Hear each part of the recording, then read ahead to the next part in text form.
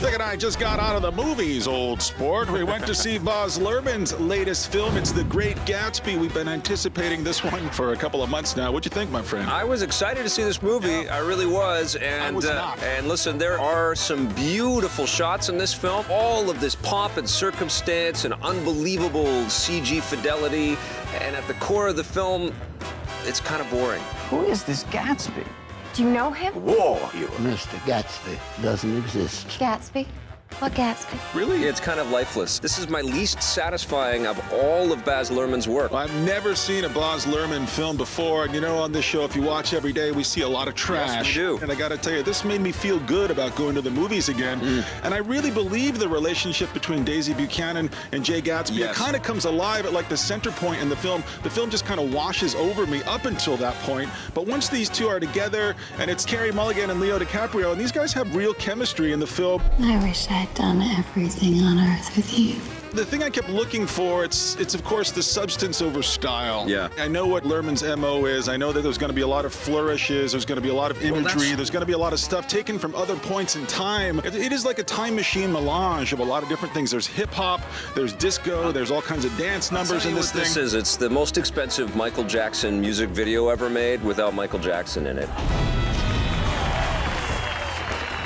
The 70s Gatsby movie was a better film, and I think part of the problem with this movie is that all of that extra wizardry that Baz Luhrmann loves to show off undermines any real resonance of the tragedy. It's not bombastic. It's not a massive thing filled with all of these incredibly visually stimulating scenes. This is, at its heart, a really intimate six-person tragedy. Yeah, but it's not, though. It's also about an entire era in American history. It's about New York City finding its footing. It's about a country that's about to go into the Great Depression. It's about prohibition. It's about excess. It's about so much more. Chasing a dream that's and it kind of makes sense to real. let Baz Luhrmann just go to town with his swooping, swirling camera moves. And I didn't mind it at all. I thought as far as a Gatsby interpretation, I could take it. Is all this made entirely from your own imagination?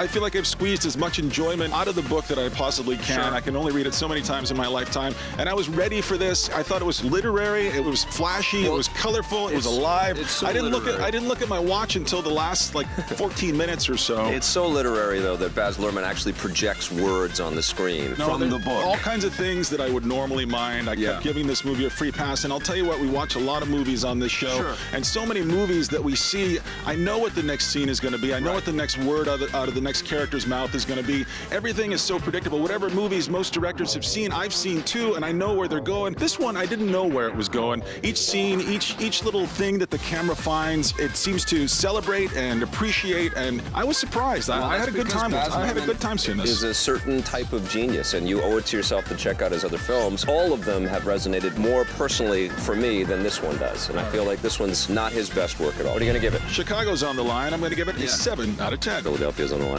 It gets a 6 from me.